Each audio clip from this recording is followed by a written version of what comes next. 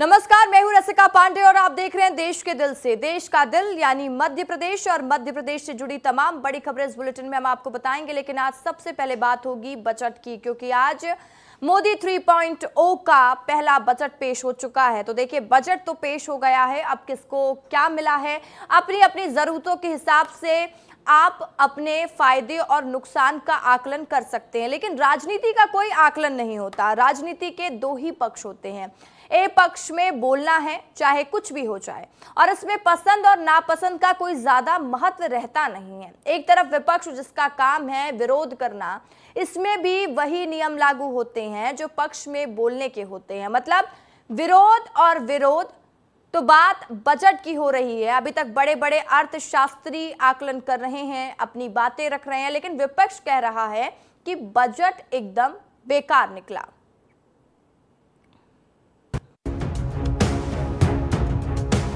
ये बजट मध्य प्रदेश को भी अपने विकास के साथ कदम से कदम मिलाने के लिए मौका देगा। एक विकसित भारत का रूप धारण करे, वो इस बजट का मुख्य अंश है। शिवराज सिंह जी चौहान हो चाहे अन्य कोई हो, कोई भी रक्षा नहीं कर पाया मध्य प्रदेश के हितों की। आज वित्त मंत्री निर्मला सीतारमण ने देश का बजट पेश किया। लगातार 7वीं बार बजट पेश करने का रिकॉर्ड बनाया। 1 घंटे 23 मिनट के भाषण में शिक्षा, स्वास्थ्य, रोजगार, स्वरोजगार, कृषि, महिलाओं और युवाओं तक की बात हुई। मध्य प्रदेश के मुख्यमंत्री डॉक्टर मोहन यादव ने इस बजट को लेकर केंद्र सरकार की जमकर पीठ थपथपाई। कहा, इस बजट में विकसित भारत की झलक दिखती है। निश्चित रूप से प्रधानमंत्री के नेतृत्व में भारत दुनिया में अपनी एक नई पहचान कायम करेगा। निश्चित रूप से यशस्वी प्रधानमंत्री के नेतृत्व में भारत दुनिया में अपनी एक नई पहचान कायम करेगा। ये बजट मध्य प्रदेश को भी अपने विकास के साथ कदम से कदम मिलाने के लिए मौका देगा। विकसित भारत में ही विकसित मध्य प्रदेश की संभावना भी छिपी हुई है। इस नाते से मैं पूरे बजट की अपनी ओर से बधाई देता हूं, शुभकामना देता हूं। केंद्रीय कृषि मंत्री शिवराज सिंह चौहान ने बजट की जमकर तारीफ की। कहा, पीढ़ी बची रहे, ये धरती बची रहे, इसलिए बजट में जैविक और प्राकृतिक खेती पर जोर दिया गया है। तो केंद्रीय मंत्री ज्योतिरादित्य सिंधिया को बजट में विकसित और आत्मनिर्भर भारत की झलक दिखती है। प्राकृतिक खेती के मिशन में हम किसानों को प्रशिक्षित करेंगे प्राकृतिक खेती के लिए। प्राकृतिक खेती में केमिकल फर्टिलाइजर का इस्तेमाल नहीं होगा, तो जो उत्पाद होगा, उसका फल हो, सब्जी हो, अनाज हो, वो मनुष्य के लिए बहुत हितकारी होगा। कई बीमारियों से बचेंगे और धरती का स्वास्थ्य भी सुधरेगा। भारत का निश्चित रूप से एक विकसित भारत का रूप धारण करे, वो इस बजट का मुख्य अंश है। हर एक क्षेत्र, चाहे वो कृषि हो, ग्रामीण विकास हो, अधोसंरचना हो, सिंचाई हो, शिक्षा हो, स्वास्थ्य हो, और भविष्य के भी जो रिफॉर्म्स हमें लाने हैं, इन सभी चीजों को मद्देनजर रखते हुए बजट का पूर्ण रूप धारण हुआ है। लेकिन कांग्रेस को लगता है कि ये बजट छलावा है। मध्य प्रदेश कांग्रेस अध्यक्ष जीतू पटवारी ने कहा, इस बजट में मध्य प्रदेश के साथ धोखा हुआ है। मध्य प्रदेश से कई मंत्री हैं, लेकिन मध्य प्रदेश की रक्षा कोई नहीं कर पाया। ये लोग सिर्फ अपने पद में रहकर पद का मजा ले रहे हैं।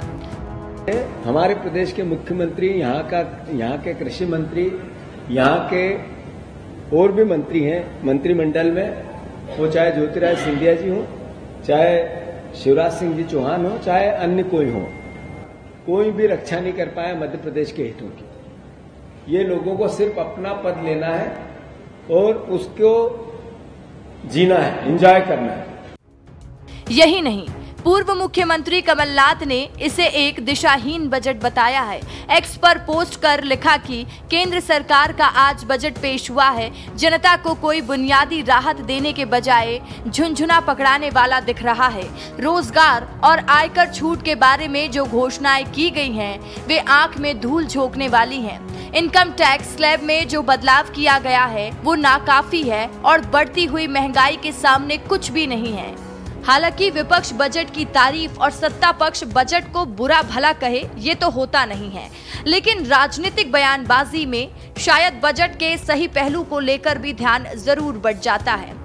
अब किसकी समझ में कितना आया ये तो पता नहीं, लेकिन नेता हर मुद्दे पर विशेषज्ञता जरूर रखते हैं। ब्यूरो रिपोर्ट, विस्तार न्यूज। तो देखिए, आज वित्त मंत्री निर्मला सीतारमण ने देश का बजट पेश किया। लगातार 7वीं बार बजट पेश करने का रिकॉर्ड बनाया। 1 घंटे 23 मिनट के भाषण में शिक्षा, स्वास्थ्य, रोजगार, स्वरोजगार, कृषि, महिलाओं और युवाओं तक अपनी बात रखी और पीएम नरेंद्र मोदी से लेकर मध्य प्रदेश के मुखिया सीएम डॉक्टर मोहन यादव समेत कई दिग्गजों ने इसकी तारीफ भी की। तो देखिए, विपक्ष तंज कस रहा है और पक्ष तो कहेगा ही कि बजट अच्छा है, लेकिन अब खबरों में बढ़ते आगे और बात करते हैं। आज मध्य प्रदेश में मोहन कैबिनेट की बैठक भी हुई है। कई फैसलों पर मोहर लगी है। लाडली बहनों को सौगात भी मिली है, लेकिन इन तमाम बातों के साथ एक और बात इस बैठक में चर्चा का विषय बनी रही और वो बात है बैठक में मंत्री नागर सिंह चौहान की गैर मौजूदगी। वहीं जो नाराजगी का मुख्य कारण है, नए नवेले मंत्री रामनिवास रावत को वन मंत्री बना दिया गया है। वो आराम से अपना काम कर रहे हैं और नागर सिंह की लगातार नाराजगी बढ़ती जा रही है, जिसको लेकर राजनीतिक गलियारों में हलचल भी तेज हो गई है। रिपोर्ट देख लीजिए, समझ जाएंगे।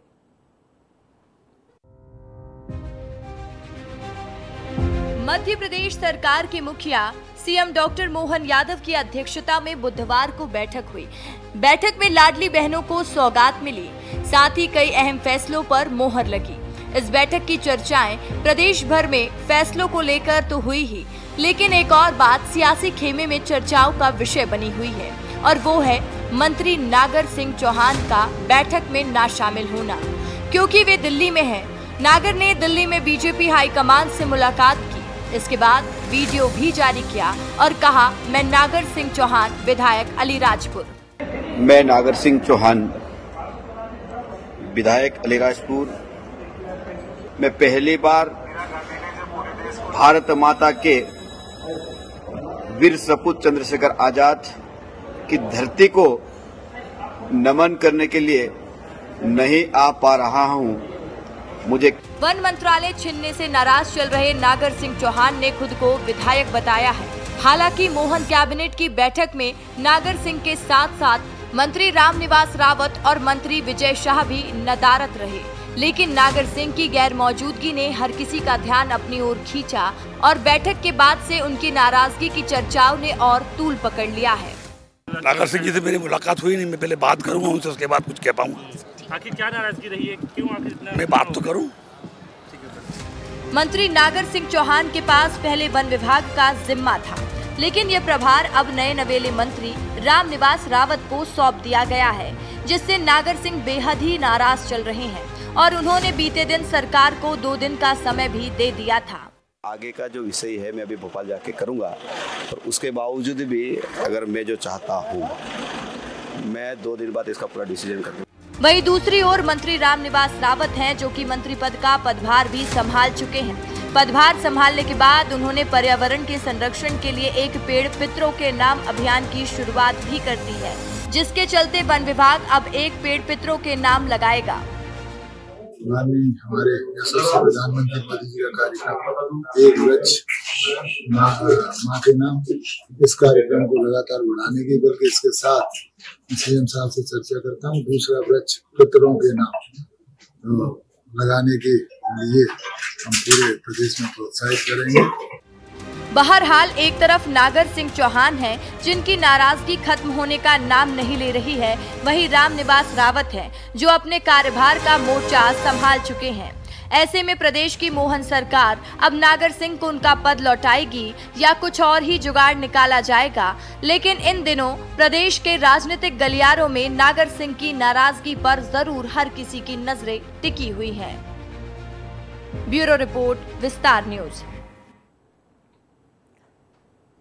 मध्य प्रदेश के मुखिया सीएम डॉक्टर मोहन यादव की अध्यक्षता में बुधवार को बैठक हुई है और बैठक में लाडली बहनों को बड़ी सौगात मिली है। साथ ही कई अहम फैसलों पर मोहर लगी है। इस बैठक की चर्चाएं प्रदेश भर में फैसलों को लेकर तो हुई ही, लेकिन एक और बात सियासी खेमे में चर्चाओं का विषय बनी रही। आपने रिपोर्ट में देखा कि नागर सिंह किस तरीके से खुद को विधायक बता रहे हैं। मंत्री नागर सिंह चौहान का बैठक में ना शामिल होना उनकी नाराजगी को और दर्शाता है, क्योंकि वो दिल्ली में है। नागर ने दिल्ली में बीजेपी हाईकमान से मुलाकात की, इसके बाद वीडियो भी जारी किया है। वहीं रामनिवास रावत है जो कि मंत्री पद का पदभार भी संभाल चुके और अब प्रदेश की मोहन सरकार मंत्री नागर सिंह को कैसे संभालती है, ये तो आगे देखने वाली बात होगी। तो आपने ये भी सुना कि बैठक हुई, तो उसके बारे में भी जान लीजिए। सीएम डॉक्टर मोहन यादव की अध्यक्षता में ये बैठक हुई है, जिसमें मध्य प्रदेश सरकार ने लाडली बहना योजना के हितग्राही महिलाओं को रक्षाबंधन का गिफ्ट दे दिया है। 1 अगस्त को इन सभी महिलाओं के बैंक खातों में 250 रुपए जमा कराए जाएंगे। ये राशि लाडली बहना योजना के तहत मिलने वाले 1250 रुपए से अलग होगी। ये रक्षाबंधन के गिफ्ट के तौर पर दिया जाएगा। वहीं राज्य सरकार ने आईटी के क्षेत्र में निवेश बढ़ाने के लिए नई आईटी पॉलिसी तैयार की और इसके तहत कई बिंदुओं पर सिंगल विंडो क्लियरेंस और कैपिटल एक्सपेंडिचर में भी मदद मिलेगी। मार्केटिंग और क्वालिटी सर्टिफिकेशन में सहायता करेगी, साथ ही पेटेंट फाइलिंग में भी सहयोग किया जाएगा। इससे पेटेंट फाइलिंग में भी सहयोग मिलेगा। बहनों के लिए सावन माह में रक्षाबंधन के पावन पर्व पर 1250 की जो राशि मिल रही है, उसके अतिरिक्त इस माह अगस्त में रक्षाबंधन के अवसर पर 250 रुपया प्रति बहन के लिए विशेष रूप से अलग से खाते में राशि डाली जाएगी। आइए हम सब अपनी बहनों के साथ इस पर्व को धूमधाम से मनाएं। राज्य सरकार कुल मिलाकर रोजगार को बढ़ावा देने के लिए आईटी पॉलिसी लाई गई है। इसमें उनकी मार्केटिंग में भी हम लोग सहायता करेंगे, क्वालिटी सर्टिफिकेशन में हम सहायता करेंगे।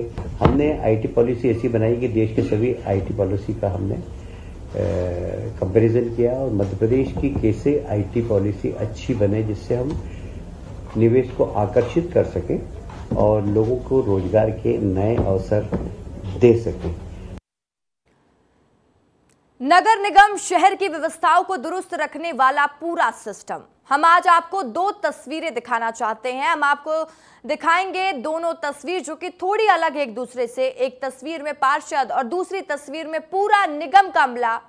आपको ये तस्वीरें देखना भी चाहिए, क्योंकि इन तस्वीरों में बहुत कुछ आपको समझ में आ जाएगा। रिपोर्ट देख लीजिए।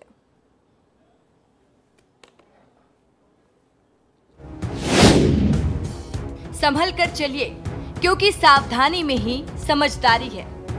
देखिए, लोग आ रहे हैं, जा रहे हैं, साथ में गड्ढा भरने का काम भी जारी है। आप सोच रहे होंगे कि हम कितने खुश हैं, हम नगर निगम प्रशासन की कितनी तारीफ कर रहे हैं, लेकिन ये बात हम खुशी से नहीं कह रहे हैं। हम तो निगम के निकम्मेपन से नाराज हैं। पर क्यों? इस महिला को देखिए, फावड़ा उठाए गड्ढे में गिट्टियां डाल रही है। बीच सड़क पर गड्ढा है, पानी भरा है। ये महिला दनादन फावड़े से गिट्टियां उठाकर गड्ढे को पाटने की कोशिश कर रही है। लोग आ रहे हैं, जा रहे हैं, देख रहे हैं, लेकिन आगे बढ़ते जा रहे हैं। चलिए आपको बताते हैं इस महिला के बारे में।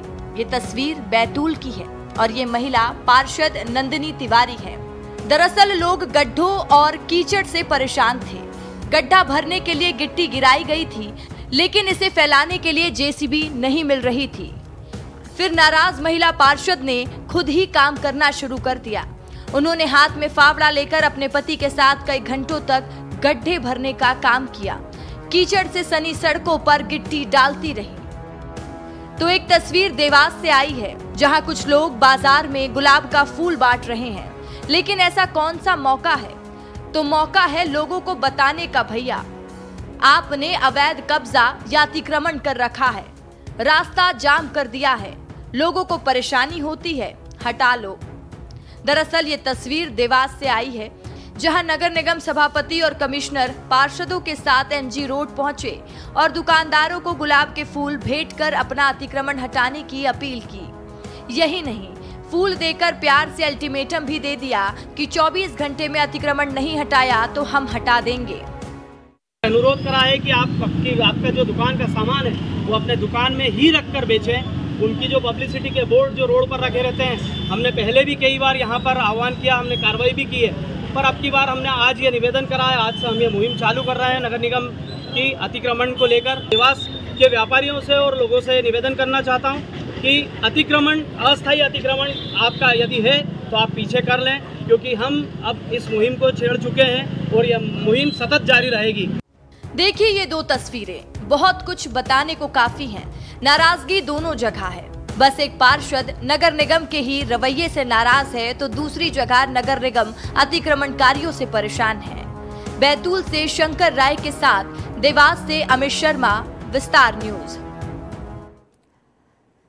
तो चलिए अब खबरों में बढ़ते आगे और अब बात कर लेते हैं मध्य प्रदेश में मौसम के हाल की। तो आप देख ही रहे हैं, लेकिन इस मौसम में भारी बारिश ने अपना कहर मचा कर रखा हुआ है। लगातार बारिश आम लोगों के लिए आफत बन गई है और लोग इतना त्रस्त हो चुके हैं कि अब प्रशासन को भी कोसने लगे। रिपोर्ट में देख लीजिए, समझ जाएंगे पूरी खबर।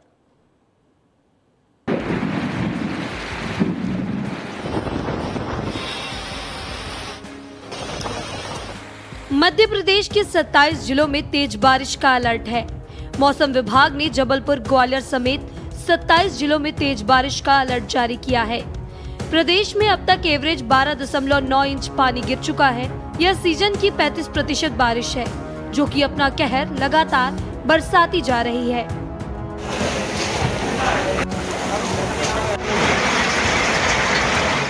जबलपुर में पिछले 24 घंटे से हो रही लगातार बारिश आम लोगों के लिए आफत बन गई है। बारिश की वजह से एक मकान पर पत्थर गिरने से मकान क्षतिग्रस्त हो गया। हादसे में एक युवती भी घायल हो गई। वहीं मामले की जानकारी लगने के बाद निगम की टीम भी मौके पर पहुंची।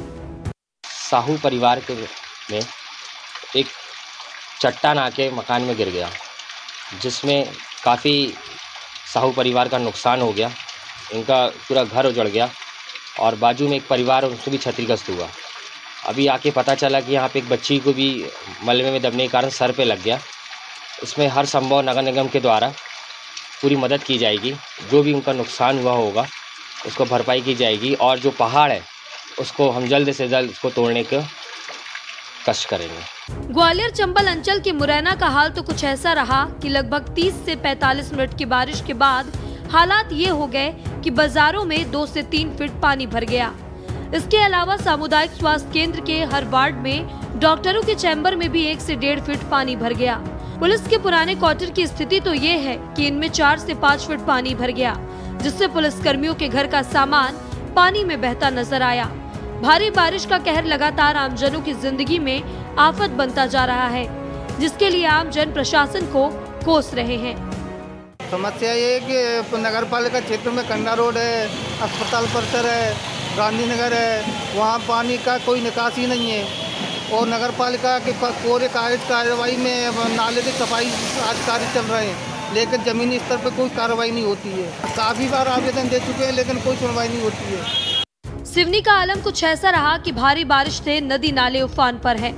इस बीच नाले को पार करने की कोशिश में एक बाइक सवार युवक पानी के तेज बहाव में बह गया, जिसकी सूचना मिलते ही पुलिस की टीम मौके पर पहुंची और युवक की तलाश में जुट गई। मध्य प्रदेश में बारिश को लेकर अलर्ट जारी किया गया है। बालाघाट सिवनी जिले में भारी बारिश के बाद बाढ़ ने तबाही मचा दी। दरअसल संजय सरोवर भीमगढ़ बांध के 5 गेट खोले जाने के बाद बाढ़ जैसे हालात बन गए, जिससे 53 गांवों के हालात बिगड़ गए। कई गांवों का आपस में संपर्क टूट गया, साथ ही किसानों की फसलें भी पानी में डूब गई, जिसके बाद बालाघाट कलेक्टर ने अलर्ट जारी किया।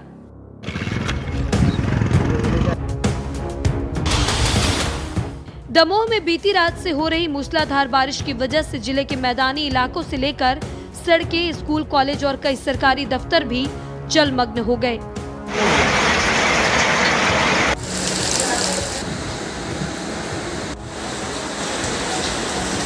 बारिश से मची ये आफत लगातार बढ़ती ही चली जा रही है और धीरे धीरे ये लोगों के हाहाकार में बदलता चला जा रहा है।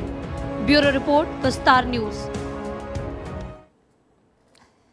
तो देखिए, बारिश लगातार अपना कहर भरपा रही है। मौसम विभाग ने जबलपुर, ग्वालियर समेत 27 जिलों में तेज बारिश का अलर्ट भी जारी किया है। कहीं पिछले 24 घंटे से बारिश लगातार हो रही है। आम लोगों के लिए बारिश अब आफत बनती नजर आ रही है, तो कहीं 30 से 45 मिनट के बीच में ये बारिश के हालात देख लीजिए, जहां पर बाजारों में 2 से 3 फीट पानी भर गया है और कहीं बारिश से नदी नाले उफान पर है। मूसलाधार बारिश की वजह से मैदानी इलाकों में से लेकर सड़क, स्कूल, कॉलेज और कई सरकारी दफ्तर जलमग्न हो चुके हैं। और ऐसी ही कुछ एक तस्वीर जबलपुर से आई है, जहां बारिश ने कैसी तबाही मचा रखी है, आप खुद देख लीजिए।